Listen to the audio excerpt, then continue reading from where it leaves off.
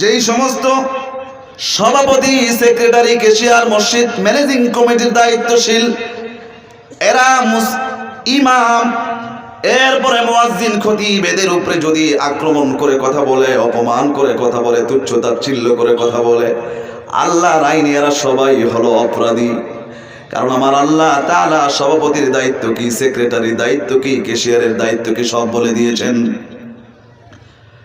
আপনি মনে করেছেন আপনি সভাপতি, আপনার দায়িত্ব বুঝি ইমামকে শাসানো, মুয়াজ্জিনকে শাসানো? না না না, আপনি সেক্রেটারি, আপনি মনে করেছেন আপনার দায়িত্ব মনে হয় যে মসজিদ ঝাড়ু ঠিক হয় না এই জন্য ইমামকে বকা দেওয়া।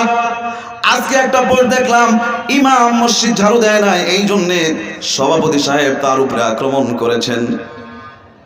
সম্মানিত হাজিরিন, ইমামকে অপমান করা সভাপতি, সেক্রেটারি, ক্যাশিয়ারের দায়িত্ব নয়। তাহলে সভাপতি, সেক্রেটারির কাজ কি? আমার আল্লাহ বলছেন, ওয়াহিদিনা ইলা ইব্রাহিম ওয়া ইসমাঈল আন তাহহিরা বাইতিয়া লিত-তাইফিনা ওয়াল-আকিফিনা ওয়ার-রুক্কাইস-সুজুদ। এখানে যারা সভাপতি আছেন, সেক্রেটারি আছেন, ক্যাশিয়ার আছেন, মসজিদ ম্যানেজিং কমিটির সদস্যবৃন্দ আছেন, এক্সট্রিমলি সরি, রাগ করে কোনো লাভ নাই, মনে কষ্ট নিয়ে কোনো লাভ নাই। কারণ কথাটা আমি মোল্লার না, জোরে বলেন তো, আমি মোল্লার নাকি আল্লাহর? জোরে কোন কথা কি, আমি মোল্লার নাকি আমার আল্লাহর? আল্লাহ তাআলা বললেন, ও সভাপতি, ও সেক্রেটারি, কাবাঘর যখন নির্মাণ হয়ে গেল, কাবাঘরের প্রধান দায়িত্বশীল হলো ইব্রাহিম আলাইহিস সালাম, তিনি হলেন সভাপতি, আর তিনার ছেলে ইসমাইল তিনি হলেন সেক্রেটারি। আমার আল্লাহ বলেন, ওয়াহিদিনা ইলা ইব্রাহিম ওয়া ইসমাইল। ও সভাপতি, ও সেক্রেটারি, এই আইন কিয়ামত পর্যন্ত চলবে।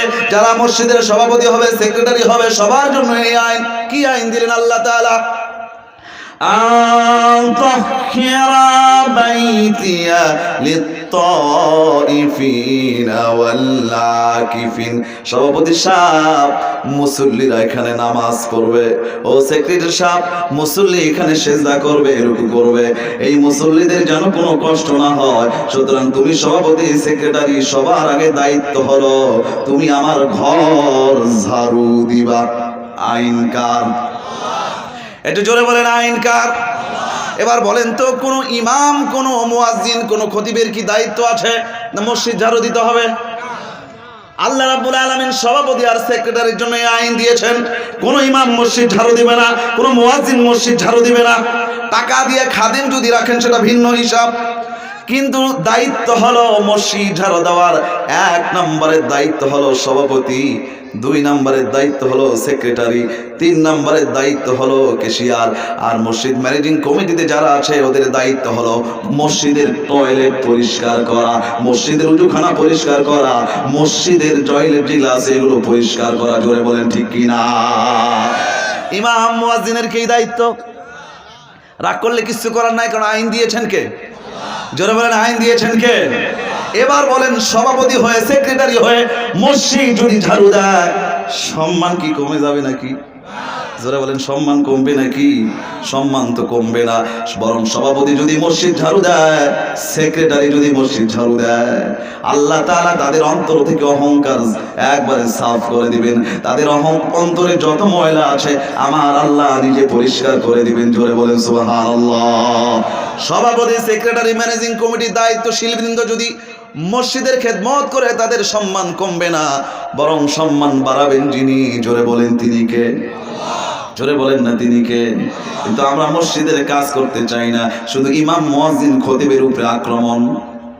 আল্লাহ এই জাতীয় মানুষ যারা আছে তাদের সবাইকে হিদায়াত করে দাও, সহি বুঝ দান করে দাও। জোরে বলেন আমিন।